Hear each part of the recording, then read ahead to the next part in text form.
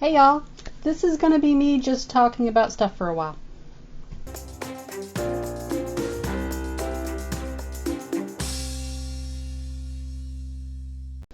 So I was watching another booktuber review Dracula by Bram Stoker. And while I'm watching it, I'm thinking about the historical portrayals of vampires. I'm thinking about modern day Twilight, modern day True Blood, and I'm thinking about vampires as a sexual metaphor. This, you get the blood, you get the fangs with the penetration, this is all stuff you're familiar with. But as I'm watching this review, I'm thinking, the metaphor hasn't changed. But the way the different societies in time have viewed that metaphor has changed dramatically. And I thought it would be kind of cool to have a little discussion on that. So vampires are nothing new in mythology. They've been around for forever. But vampires as a sexual metaphor, and as a metaphor specifically for female sexuality, is a fairly new-ish concept about the last 200 years.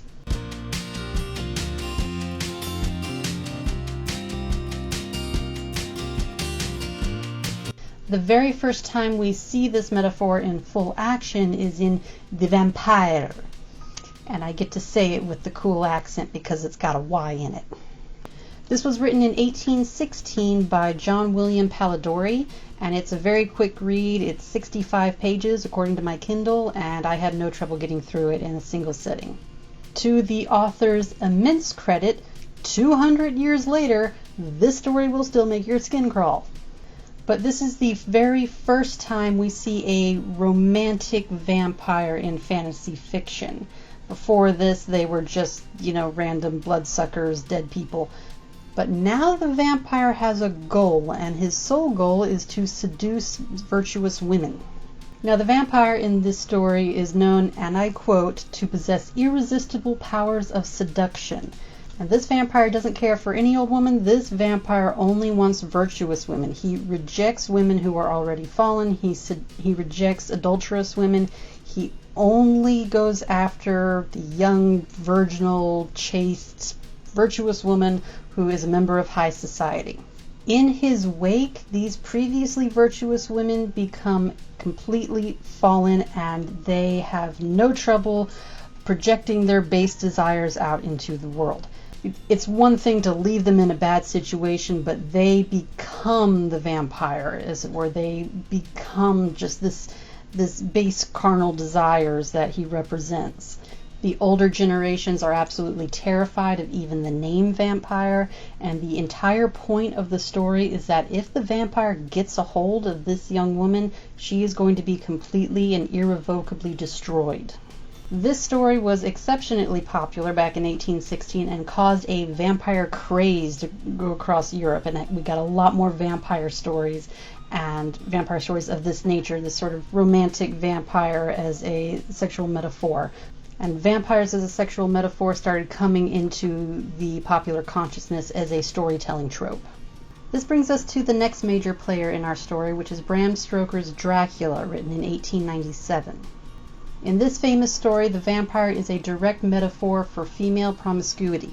Your basic plot is that the protagonist, Jonathan Harker, goes to Eastern Europe to close a big real estate deal with Lord Dracula. But turns out Dracula's more interested in the protagonist's fiancé than he is in the real estate deal. I had a frightful dream a few nights ago, and I don't seem to be able to get it out of my mind.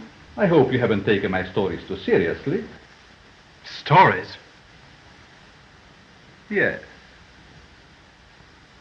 In my humble effort to amuse your fiancée, Mr. Harker, I was telling her some rather grim tales of my far-off country. I can imagine. Now, in order to understand some of the metaphors at play here in Dracula, it's important to understand the Victorian era's attitude towards women's sexuality. High society Victorian era had two things they valued in women: sexual virtue and their ability to be mothers. In Dracula, both of these things are directly threatened by the vampire. The very nature of femininity in the Victorian mindset is threatened. Women corrupted by the vampire don't only become sexually promiscuous, They also turn against children and actively hunt children. And there is a very real mental link suggested here, that a woman's sexual activity is linked to all of her feminine traits, and therefore if her sexuality is corrupted and it becomes promiscuous, then her other primary feminine trait, her maternal instinct, will also become corrupted, and she will begin attacking children. And evidence for this mental link is not hard to find. Doctors believe that women who pursued intellectual ideas too much or studied too much would damage their ovaries and damage their chances of becoming mothers later in life. Now, it's worth mentioning that in the Victorian era, women were considered intellectually inferior to men, but were considered morally superior to men. And a healthy adult woman was not considered to have any sexual urges or desires of her own. It was believed that women desired marriage simply because it allowed them to become mothers. So given this mental mindset, it actually makes a lot of sense that female sexual promiscuity would be represented in a male character, because it was only men who were seen as having sexual desires. So this classical image of vampires as a sexual metaphor, these two stories have some things in common. The vampire is a male base creature driven only by instinct and carnal desire. The young and virtuous woman falls under his seductive thrall, and without any consent of her own is compelled to do whatever the vampire wants her to do. She has no choice or agency of her own with encounters with the vampire, and any meeting of the vampire, any encounter whatsoever, is going to end in tragedy. Did you see the look on his face? Like a wild animal. Wild animal, like a madman. Now, the public concept and the public acceptance of the idea that women have their own ideas of their own sexuality and their own sexual desires independent of anything having to do with motherhood started to come into consciousness in the roaring 1920s, post-World War I. And it's in that environment where D.H. Lawrence published Lady Chatterley's Lover in 1928 and caused a great deal of both acclaim and controversy when he presented a plot having to do with a woman using the practical matter of producing an heir for her husband in order to cover up an affair she was having with a man of a lower social class than her, simply because she wanted to. But still, even with the acknowledgement that women had their own sexual desires, their sexual activity could still not be divorced from their other primary feminine role, which was motherhood. This changed in 1960 when the US FDA approved oral contraception, also known as the birth control pill. For the very first time in modern history, the idea of a woman's sexual activity and her chances of getting pregnant could be more or less divorced. And between 1960 and 1970, the unwed birth rate skyrocketed. So the concept of divorcing sexual activity and pregnancy was grasped. The concept is grasped. The execution is a little elusive. But the sexual revolution does bring us to our next famous vampire story, Anne Rice's Interview with the Vampire. This was written in 1976, although it is worth noting that it didn't really become popular until the trilogy was finished 12 years later. Now, for the first time, we get a vampire protagonist. Louis is a vampire who desires redemption. He actively struggles to keep his morality and his humanity intact. Now, I want to make it clear at this point that I'm only choosing vampire stories that have been commercially very popular. And the reason for that is because I don't want to put a whole lot of stock in any individual author's intent on the use of the metaphor, because in some of these stories I'm using, it's clear that it was really more of a storytelling issue and there was no conscious metaphor put into it for female sexuality. However, I would postulate that the vampire as a sexual metaphor permeates throughout the culture, and the culture decides which of these vampire stories become popular, and thus it's worth looking at the popular works of fiction in order to determine how this metaphor is being looked upon and being interpreted by the society as a whole.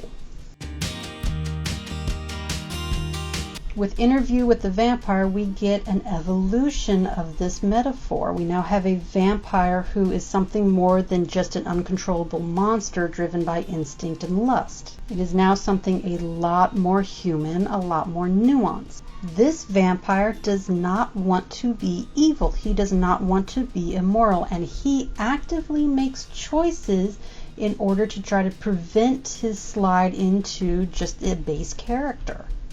And we also have an interesting evolution on the innocent female character in this story. In a moment of weakness that disgusts him, Louise feeds upon a 5-year-old little girl, Claudia, and leaves her for dead. Lestat, Louise's maker, then comes back and in a twisted mind game turns Claudia into a vampire just to mess with Louis. He wants Louis to embrace his base nature and become just the ruthless killer that Lestat is. Now, Claudia, the innocent virginal female character in this vampire story, has now been corrupted by the vampire, and now she can't have children. Because she is a child and she doesn't have a lot of blood volume in the story, she cannot have progeny, she cannot make new vampires. This is a direct calling back to Dracula. Another direct callback to Dracula is when Claudia wishes to learn more about where she came from and to learn more about her own origins. So they travel to Europe to meet the old vampires. Louis is shocked to see the old vampires as half-dead, mindless things with no moral compass, while he and Claudia are evolved and self-aware. Rice was not shy about discussing sexuality, and she pinned some seriously hardcore erotica under different pen names. So she is showing an intentional evolution and contrast between how vampires were portrayed in the past and how they should be seen moving forward. And again, without Claudia's consent, without her active choice, we have another version of perverted female sexuality. Claudia is a happy vampire child for a while until she starts to grow up. But she doesn't grow up physically. She grows up mentally. And in time, we now have a fully mature adult female trapped in a little girl's body. And this is made very clear that she is immensely frustrated with this situation, and she ends up resenting Lestat and Louis greatly for the fact that she will never grow up and she will never be able to be an adult woman. Claudia is an immortal child, and her growing frustrations with her inability to express her very adult feelings takes up a great deal of screen time. The outside world, including both Lestat and Louis, see Claudia as something helpless, as something childlike, as something that needs to be coddled and dressed up in pretty dresses. And in order to survive, Claudia plays into this expectation. She gets her victims to pick her up and put her in their lap so that she can feed off of them. And within a rapidly changing culture of the 1960s sexual revolution, this seems like a rather apt metaphor. Society still has this traditional way of viewing women, but the woman herself has some different ideas. And while perception is not reality, this is an adult woman within a child's body. It's not just a child. Perception also in many ways creates reality. She cannot function as an adult because no one will treat her as an adult. Now we reach the modern age and we come full circle with both Twilight and True Blood. Now with Stephenie Meyer's Twilight and Charlaine Harris's The Southern Vampire Mysteries, we now come full circle in a modern time. I'm using these two examples to represent the modern mindset because I found it interesting that Twilight is directed more toward teenage girls, a young adult audience, whereas The Southern Vampire Mysteries and the HBO TV show based off of it, True Blood, is geared toward a very adult audience. And we have a lot of similarities, but some noted differences in how this metaphor is interpreted. So let's look at the similarities between these two stories first. Both Twilight and True Blood have a young virginal female protagonist. They both have a vampire love interest with a desire to be redeemed. Both worlds have established methods for vampires to control their violent tendencies that require a conscious and moral choice. In the Southern Vampire Mysteries, they have a synthetic blood called True Blood that allows vampires to eat without having to feed on humans. Whereas in Twilight, we have vegetarian vampires who only eat animals. In both stories, the outside world think that she's crazy for inviting this kind of danger into her life. Both stories have the woman actively fighting for the vampire's right to exist in society. Remember, we're still considering vampires as a direct metaphor for female sexuality. I know for a fact he supports the Vampire Rights Amendment. How progressive of him. In both stories, it's the woman who pursues a sexual relationship of her own decision, of her own accord. And in both stories, the overall goal of the story is not to vanquish the vampire, but instead to find a way to incorporate the vampire into the woman's life. Now, in Twilight, the YA version aimed at teenage girls, it is through a mature and committed relationship with the vampire that she is able to attain the traditional feminine markers of marriage and motherhood. She chooses to be turned and to embrace the taint of vampirism, and in doing so attains good health, equality with the leading man in his society. And while her relationship with her father does change, it doesn't have to be sacrificed in order to be with the vampire. In the adult version, this is a little bit different.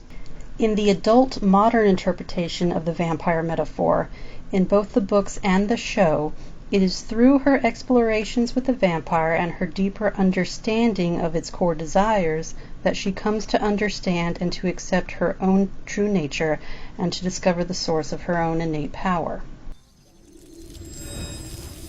What the hell is that? Everything that makes me a vampire magnet, all rolled up in one convenient little ball. What's it do? It kills vampires. But it also... If I were to throw this right now and not absorb it back into my body, my life with vampires would be behind me. At the end, the woman reaffirms the vampire's rightful place in the world and works to direct the vampire's energies into something more productive, which will benefit her community. Hi, my name is Eric Northman. I'm a 1,000-year-old vampire and president and CEO of New Blood. But ultimately, the woman does reject the lifestyle that the vampire represents and decides she has the power and the strength to build the kind of life that she desires. Cute. It's our destiny to be together. Fuck destiny. In both the books and the show, we see her in a much more traditional and safer relationship, all the better and wiser for her journey. Sucky. When I asked you this morning if you realized what it was you were asking me to give up, Yeah. I don't think I understood the gravity of it myself. This is who I am. It's part of my truth. Just like Jason's my brother and my parents are my parents. They're a part of me. Whether I like it or not. And you, Bill, you're a part of me too. And you always will be. But I can't do this for you. I'm sorry.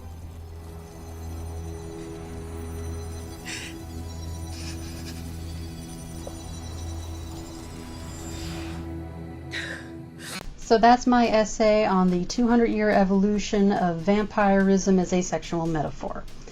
I hope you enjoyed this, and I would be very interested if you talk to me in the comments and give me your thoughts on this, and if you would be interested in seeing more of my ramblings on this sort of thing. I'd love to hear from you. So until then, bye-bye.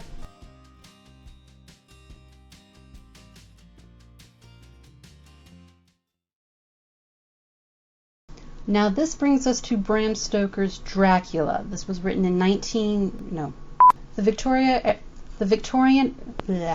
So there were some issues in connecting the birth control with the divorcing concept of sexuality and pregnancy. I hate exits. That's it. I'm done. Thanks. Bye.